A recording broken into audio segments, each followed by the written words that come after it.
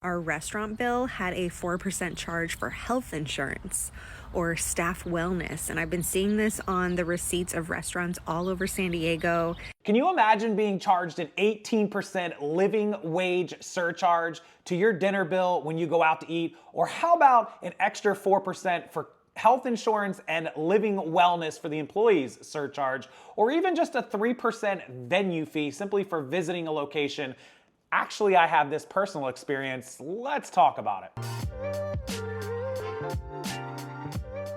Yeah, welcome back to the channel, you guys. This story is mind-boggling. We're gonna talk about a couple different situations. This is all about surcharges appearing on your dinner check when you go out to eat. And so recently, a lot of people have been complaining that they have seen like 3%, 3.5%, 4% surcharges on their dinner tab after finishing their meal. And on a $100 tab, which isn't out of the norm anymore, that can be $3, $4 in extra fees.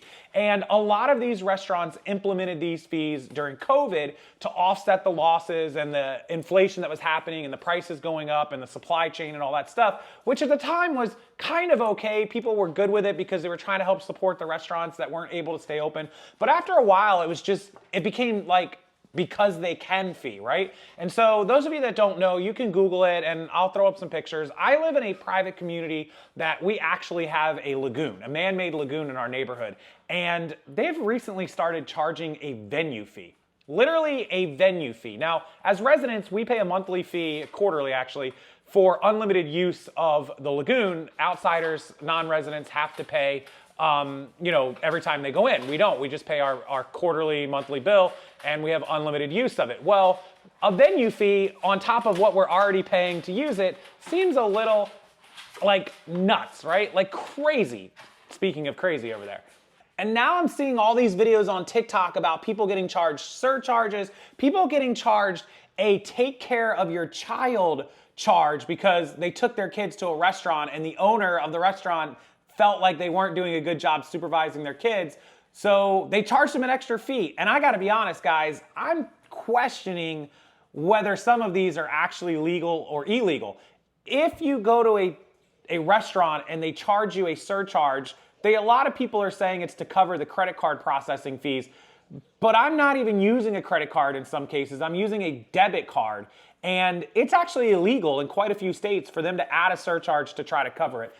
This is the cost of doing business. Every single business owner at every single store, at every single business, including myself, when you pay me $100 on PayPal, I pay a $3 fee to accept the payment. That's just the normal course of business. And a lot of companies started thinking they had a great idea. Oh, we're gonna get around this. We're just gonna make the customer pay the fee.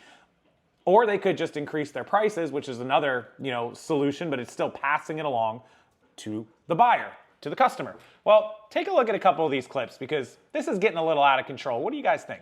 So the first one we're gonna see is a lady who says she was charged a 4% wellness charge in order to supply the waiters and waitresses and workers with health insurance. Our restaurant bill had a 4% charge for health insurance or staff wellness. And I've been seeing this on the receipts of restaurants all over San Diego. They're allowed to put it on there, but you can't be forced to pay it. If you ask them to take it off, they have to remove it. I've also seen some places put a $2 water donation fee if you drink water.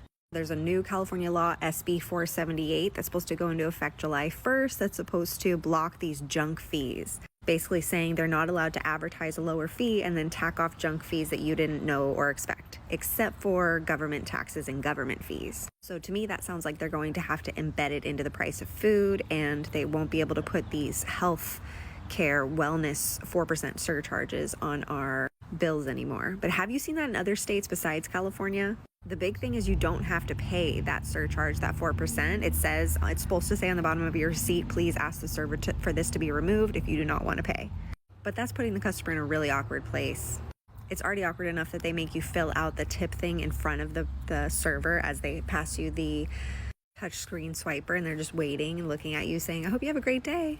Anyway, if we go into a restaurant and know that we're going to have to pay 20% for tip, 4% for a surcharge, we basically have to look at the price of a meal and say, okay, I have to add 25% on top of that. And taxes.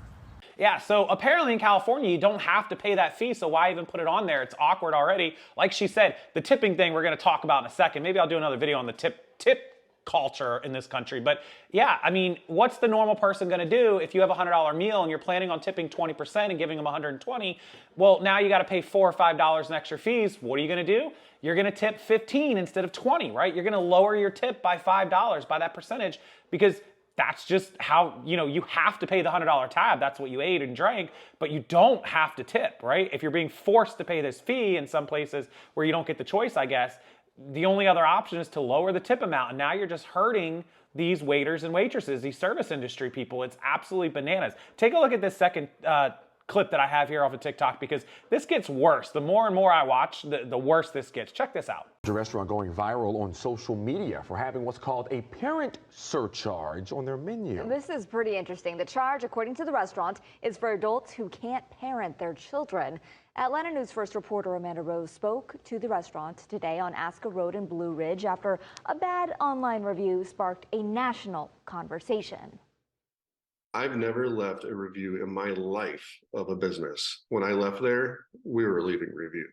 Brian Garciolo is still in disbelief after what he calls a nightmare experience at Toccoa Riverside Restaurant in Blue Ridge. The restaurant now gaining national attention for one-star reviews left by Garciolo's friends online, who say the restaurant wanted them to pay extra for bad parenting. He basically said he has raised his children, he's not going to raise ours. Garciolo, a restaurant owner who lives in Central Florida, says 5 families, including his own, visited the restaurant on vacation with 11 children, all under the age of 8. After finishing their meal, Garciolo says someone from the restaurant made a surprise visit to their table, saying the group should pay a parent surcharge. The fee is listed on the restaurant's menu, next to $3 signs and the words unable to parent. Garciolo says he thought it was a joke. The owner tells me he's had this parent surcharge on the menu since the pandemic, but he's never had to enforce it on any of his customers. He wants to emphasize that the charge is not for kids, but for adults who don't know how to parent. The restaurant says they never charge Garciolo and the others the fee, but they told us the group had to be, quote, really bad for them to bring it up at all. A representative for the restaurant went on to say there's nothing wrong with kids and families coming to the restaurant, but kids running wild through the dining room isn't parenting. Garciolo says all the kids were well behaved. I don't suggest a family go there. With the surcharge going viral on social media, some have called the fee discriminatory and vague. Others, like Lee Ellis, tell us he drove over an hour away just to pay the restaurant a visit. I think it's a good thing, and I came because of it. In Blue Ridge, Amanda Rose, Atlanta News First. Yeah, that one's tough, guys. Nobody wants kids running around a dining room when you're trying to eat dinner in a restaurant. And you should, parent your kids and keep them under control. I don't know whether that guy did or his kids were running wild. But to charge a fee for it, the legalities of that may be a little sketchy. I'm not sure. Somebody, maybe a lawyer watching my video, can chime in. Is that something that they could even get away with? I can't imagine that would be legal. Now, he said they didn't charge him that, but still, imagine seeing that and somebody telling you that you're not being a good parent and that you got to pay a fee. That's incredible. Talking about a wellness, insurance fee, credit card fees, venue fees, fees on fees, fees to pay your fees. eBay charging fees on the entire transaction, including the sales tax part, which is the only one I kind of understand because they have to do all of the work for us. I'm not defending eBay, but that is the reason why. I have to pay a $2 fee to pay my water bill on the internet, which is the only way to pay it. You can't go in, you can't even take them a check or a money order. You have to go online and pay it with either a bank account or a credit card, debit card, and they charge $2 no matter how you pay it, even if you do an ACH bank transfer. These are literally what people call them junk fees. I call them because they can fees. These companies have found a way, especially companies that have thousands and thousands of customers, to squeeze an extra $1 out of you or $2 out of you. And if they're doing business with 10,000 people a month, a couple hundred people a day, a couple thousand people a day, that's tens of thousands of dollars a month, hundreds of thousands of dollars a year extra, simply by charging an extra fee, right? And then we get the tipping culture where they turn it around. I took your order at the fast food restaurant and handed you your bag of food. I turned around, I took your bag, I handed it to you. Can you leave me a $2 tip? Everything is nickel and dime anymore. Nickel and dime, over and over and over and over and over again. Just nickel and diming everything. And it's why people are getting squeezed out. It's why people don't have any money. And these corporations and these companies that are doing this, these businesses are doing it in order to save themselves at the expense of their customers and the expense of other people not being able to, get ends to meet at the end of the month. So do what you will with this information. Say what you want in the comment section.